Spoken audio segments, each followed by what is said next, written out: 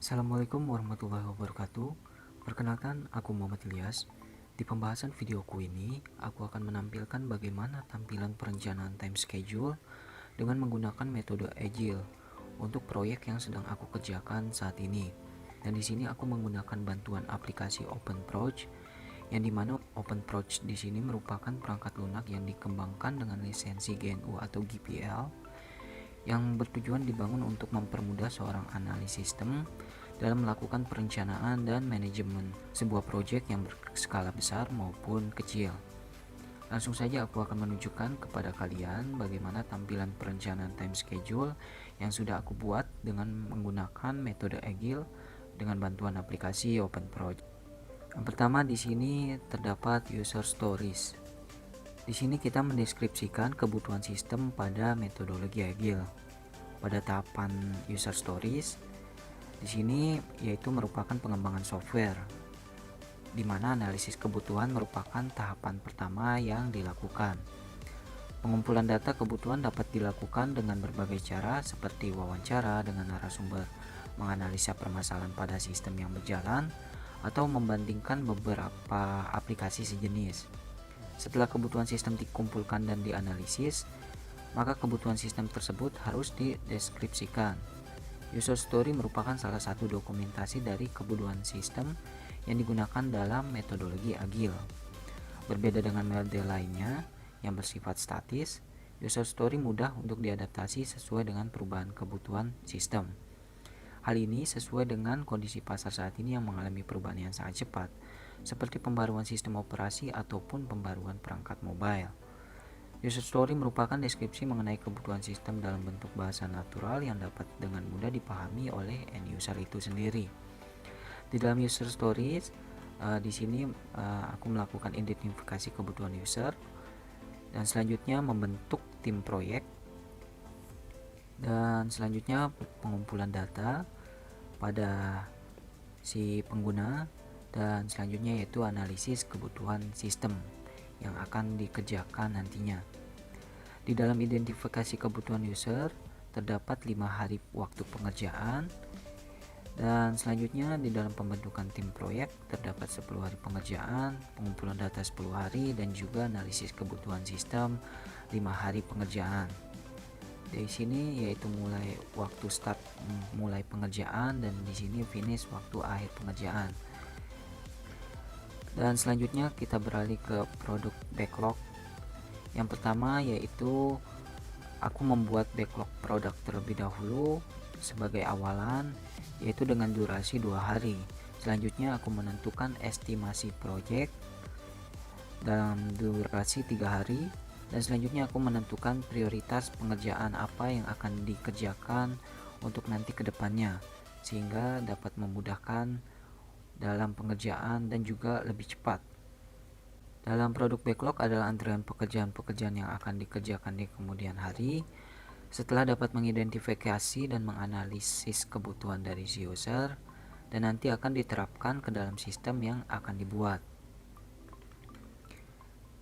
Selanjutnya high level sprint planning.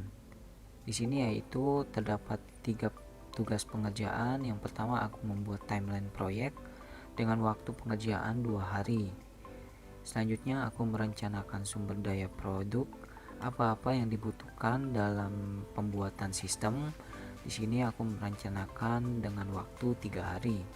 Selanjutnya aku membuat anggaran biaya dari keseluruhan, atau bisa dibilang sebagai estimasi anggaran yang dikeluarkan nantinya seberapa. Di sini aku membuat anggaran biaya dengan durasi 3 hari. Dan selanjutnya kita pergi ke sprint. Sprint bisa dikatakan sebagai jantung dari Agile yang menjadi fokus pada proses pengembangan produk. Sprint biasanya memiliki durasi yang konsisten sepanjang proses pengembangan produk. Pada saat sprint dimulai, durasinya tetap, tidak boleh diperpanjang maupun diperpendek. Dan di sini aku menggunakan waktu 10 hari setiap sprint yang berbeda-beda, dimana dalam sprint itu harus memiliki tugas yang berbeda-beda juga. Di sprint pertama aku mengerjakan UI atau tampilan dari user interface website yang aku buat, dimana waktu pengerjaannya 10 hari. Di dalam pengerjaan user interface terdapat planning, yaitu di sini aku merencanakan terlebih dahulu, sekaligus aku menanyakan kepada si user bagaimana apa yang cocok untuk tampilan seperti ini dan apa yang diinginkan oleh si user itu sendiri. Jika sudah dapat sebuah data, maka selanjutnya aku mulai membangun pengerjaan kedua ini dengan waktu 5 hari.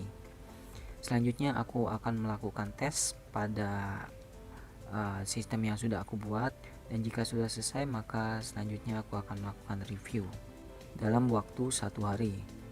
Selanjutnya kita beralih ke sprint kedua, yaitu di sini mengenai infrastruktur, dimana di sini aku melakukan pencarian